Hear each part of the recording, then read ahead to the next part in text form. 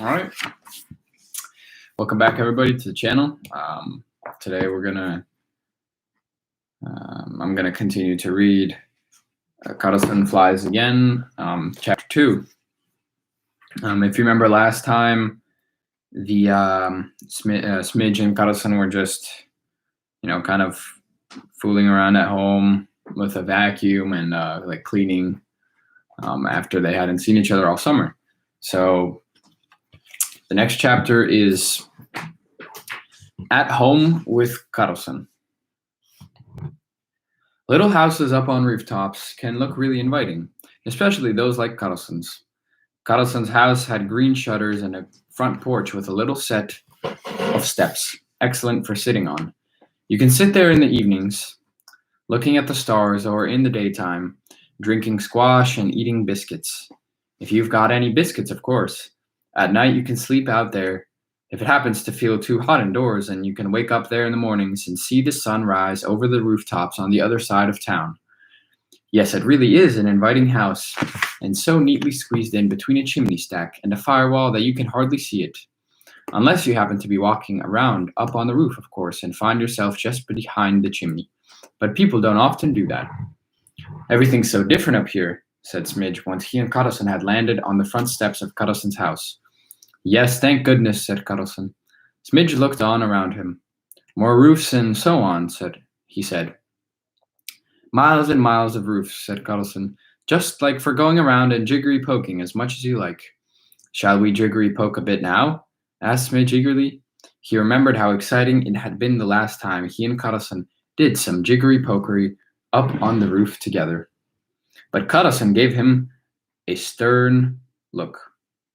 So you get out of the cleaning, I suppose. First, I wear my fingers to the bone, making your place all spick and span, and then you think you'll spend the rest of the day fooling around? Is that what you'd reckon on? Smidge hadn't reckoned on anything at all. I'd be glad to help with the cleaning if it needs doing, he said. I should think so too, said Karlson. He opened the door to his house, and Smidge stepped inside the home of the world's best Karlson. Yes, by all means, said Smidge. If it needs doing, let's do it. Then he just stood there, saying nothing for a long time, his eyes almost popping out of his head. It needs doing, he said in the end. There was only one room in Karlson's house. In that one room, Karlson had a carpentry bench to do carpentry on, and eat at, and put stuff on, and a settee with a lift-up seat to sleep on and jump on and hide stuff in, and 2 chairs to sit on and put stuff on and climb on if he needed to put any stuff in his cupboard. Only he couldn't because it was already so full of other stuff that couldn't be left on the floor or hung on the nails on the wall, because there was already other stuff there, quite a lot of it. Karlson had an open fire with stuff in the fireplace and an iron grate to cook food on.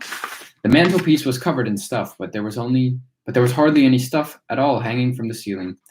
Only a brace drill and a bag of nuts and a cap pistol and some big pincers and a pair of slippers and a carpentry plane and Karlson's nightshirt and the dishcloth and the poker and the little rucksack with a bag of dried cherries. That was all. Smidge just stood there in the doorway, taking it all in. There, that shut you up, said Karlson. There's plenty of stuff here, not like down at your place, where there's hardly any stuff at all.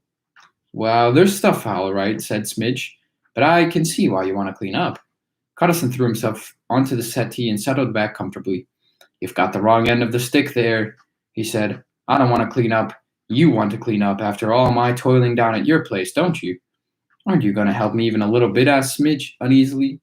Karlson snuggled into his pillow and grunted, the way you do when you feel really cozy. Yes, of course, I'll help, he said, when he had finished grunting. I'm glad about that, said Smidge. I was afraid you were going to. Yes, of course I'll help, said Karlson. I'll serenade you the whole time to cheer you up. Ho, ho, it'll be easy peasy. Smidge wasn't so sure. He hadn't had to do very much cleaning in his life. He was used to tidying away his toys, of course. Mom only had to tell him 3 or 4 or 5 times, and he just did it, even though he thought it was a bother and not really worth the effort. But cleaning up for Karlson was quite a different matter. Where shall I start? Smidge asked. Dozy boy, you start with the nutshells, of course, said Karlson. Obviously, there's no need for a serious cleaning session, because I sort of do it all as I go along to stop the mess building up. The final polish is all we need. The nutshells are strewn about the floor, among lots of other debris like orange peels and cherry stones, cherry pits, and sausage skin and balls of screwed up paper and used matches. The floor itself was not to be seen. Have you got a vacuum cleaner? Asked Midge after a moment's thought.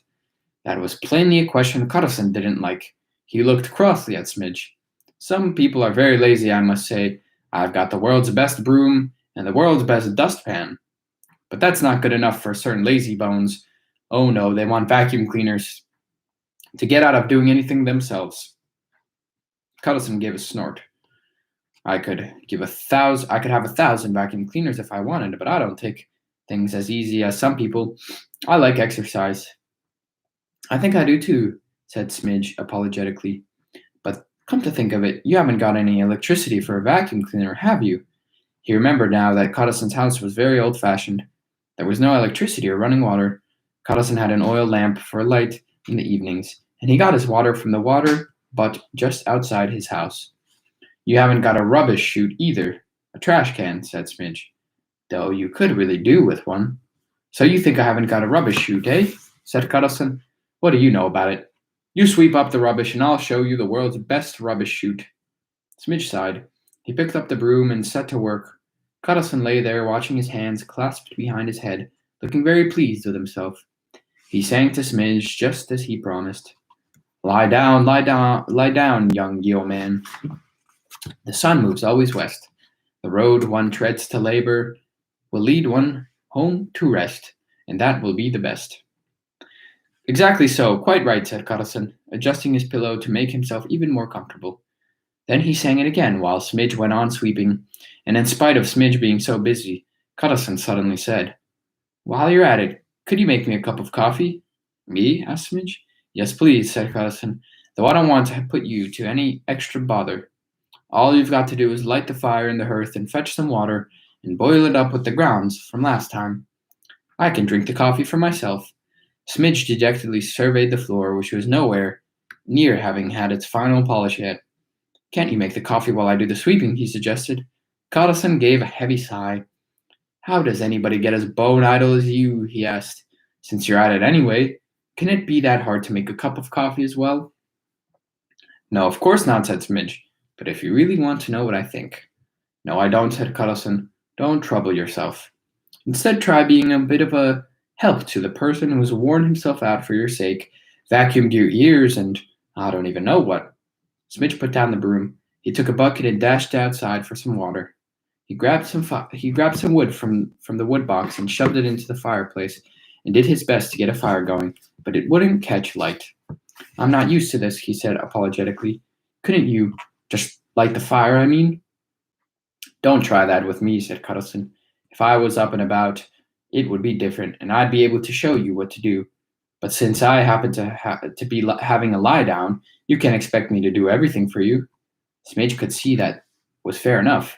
He tried again, and this time the fire started to crackle and sing. It's all right, said Smidge with satisfaction. There, see? It just needed a bit more effort, said Cuddleson. Now put the coffee on and lay a nice little tray and get out some buns. You can finish sweeping while it comes to the boil. And what about the coffee? Are you sure you can drink that for yourself? Asked Midge. He could really be quite sarcastic sometimes. Oh yes, I'll drink the coffee myself, said Cuddleson. But you can have a drop too, because I'm incredibly generous to my guests, you know. And once Midge had finished his sweeping and shoveled all the nutshells and cherry stones and crumpled paper into Cuddleson's big rubbish bucket, he and Cuddleson sat on the edge of Cuddleson's bed and had coffee. They ate lots of buns, too, and Smidge sat thinking how much he liked it at Cuddleson's, even though doing his final polish for him was hard work. So where's that rubbish chute of yours? Smidge asked once he had finished his last bite of bun. I'll show you, said Cuddleson. Bring the rubbish bucket and come with me.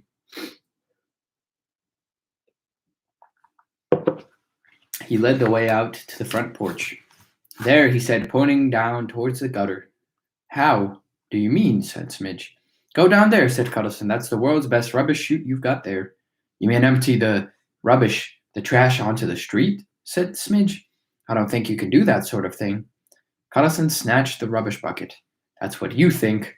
Come and see." Clutching the bucket, he dashed off down the roof.